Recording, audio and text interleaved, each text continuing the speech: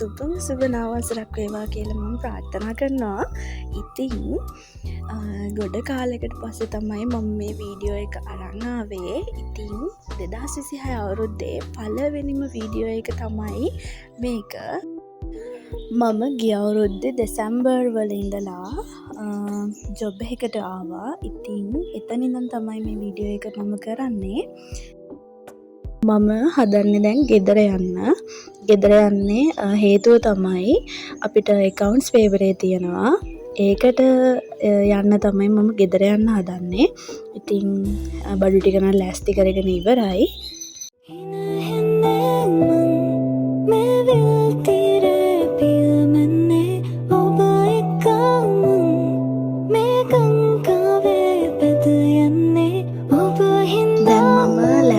තමයි හදන්නේ. එහෙනම් අපි රෙඩි වෙමු.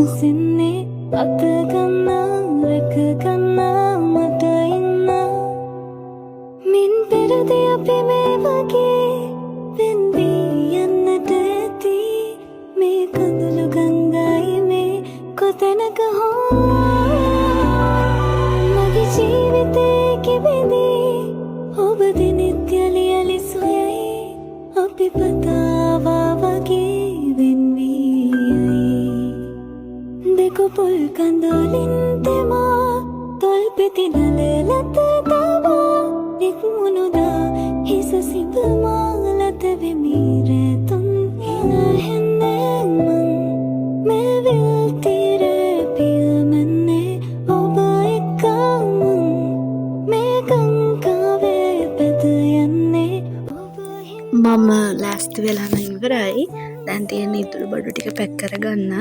අත ගන්නා රක ගන්නා මට ඉන්න මින් පෙරදී අපි මේ වගේ වෙන්වි යන්නට ඇති මේ කඳුළු ගංගායි මේ කොතැනක හෝ මගේ ජීවිතේ කිවිදී ඔබ දිනෙත් යලි යලි සොයයි අපි පතාවා වගේ වෙන්වි පුල් කඳුලින් තෙමා තොල් පෙති නලලත තවා නික්මුණුදා හිස සිඹ මාලත වෙමි රැතුන්. මම මෙතෙන්ට වර්ක් කරන්න ඇවිල්ලා දැන්ට සති 2ක් විතර වෙනවා. සති 2කට පස්සේ තමයි මම දැන් ආයෙ ගෙදර යන්නේ. accounts paper එකේ ලියලා ඉවර වෙලා ඊට පහුවදාම ආයෙත් මම හොටෙල් එකට එනවා.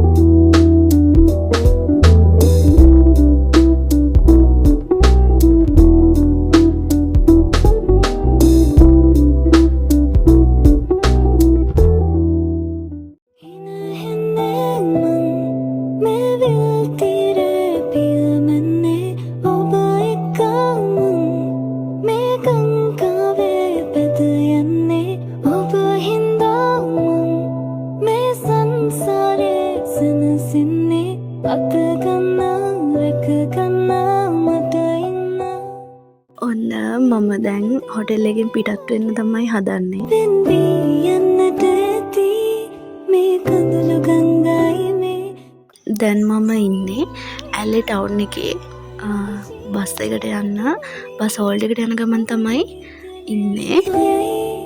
අපි පතාවා බස් එකක් ආවා. මම බස් එකට නැගලා දැන් ඉතින් ගෙදර යන ගමන් තමයි ඉන්නේ.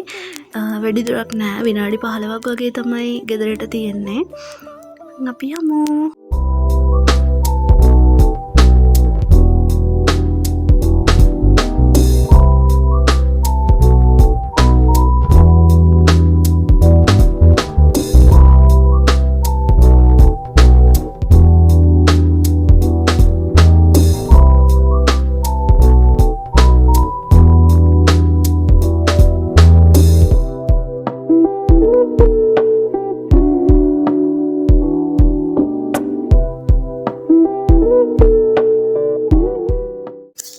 ඔන්න ඉතින් සුපුරුදු ආස භූමියට ආවා. අපි ගෙවල් පාරේ තමයි මම දැන් ඉන්නේ. අපි ටක් ගාලා යමු අපේ ගෙදරට.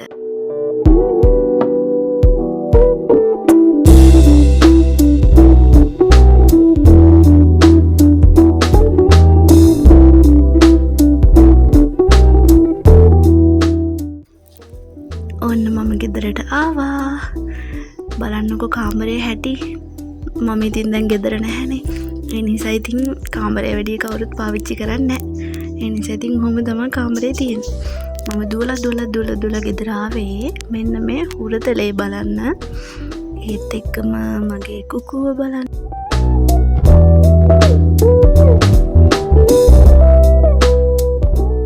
අලුත් යාළුවෙකුත් ඇවිල්ලා හිටියා ගෙදර. එයාවත් ඉතින් බැලුවා.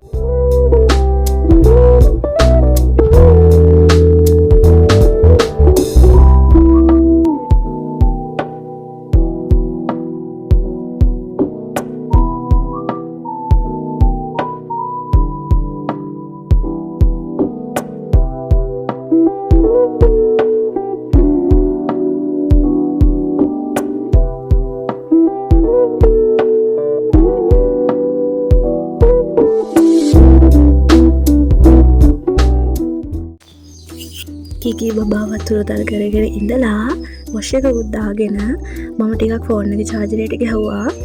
ඊට පස්සේ චාර්ජ් වුණාට පස්සේ තමයි ආයෙ වීඩියෝ කරන්න පටන් ගත්තේ. මම ඊට පස්සේ දැන් accounts paper එකේ තියෙනවානේ ඒකට ලෑස්ති වෙන්න ඕනේ නිසා ටිකක් කරපු දේවල් නැවත ආයෙ පොඩ්ඩක් බලා ගත්තා.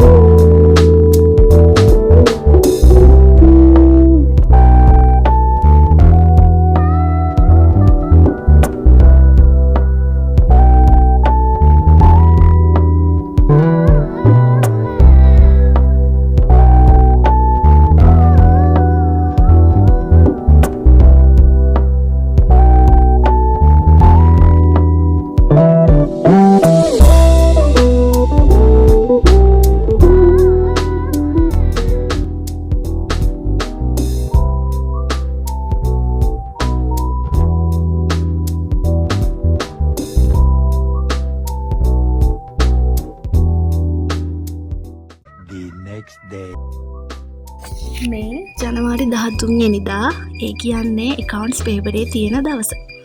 අපි ඉතින් ඉස්කෝලේ යන්න ලෑස්ති වෙමු.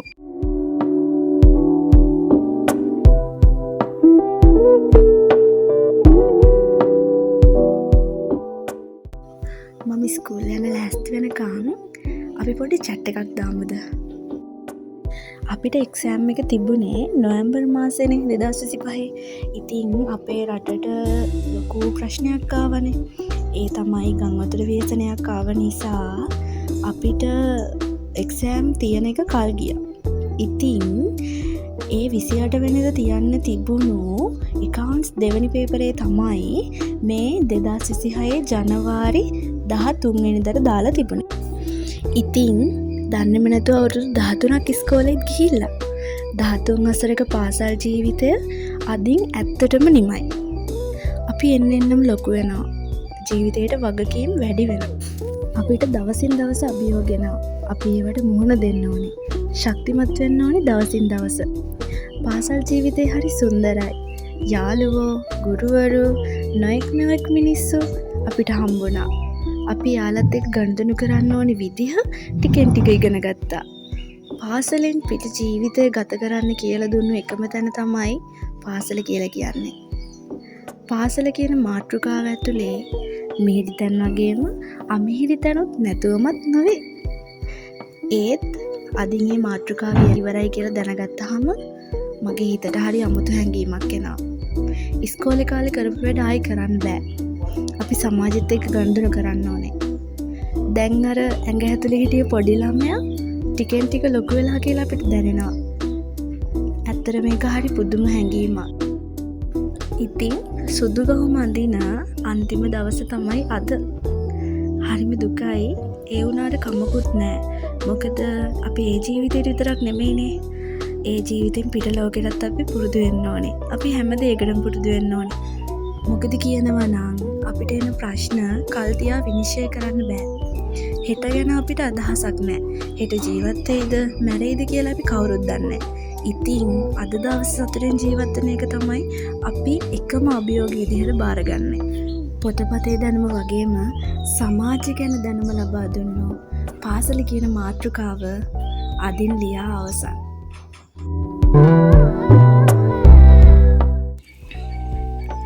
මම ස්කූල් අවුට්ෆිට් එකට ඔහොම තමයි ඉන්නේ. ඔන්න දැන් මම ගෙදරින් පිටත් වුණා.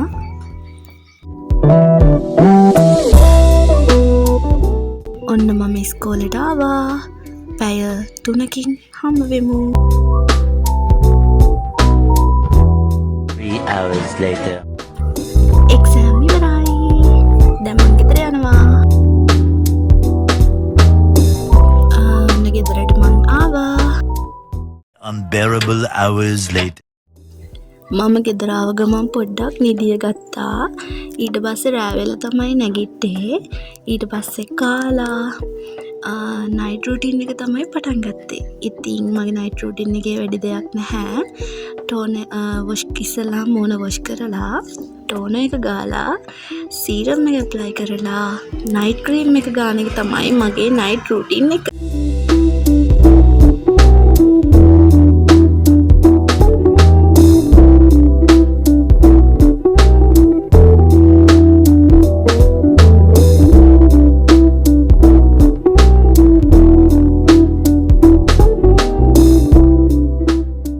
Tomorrow.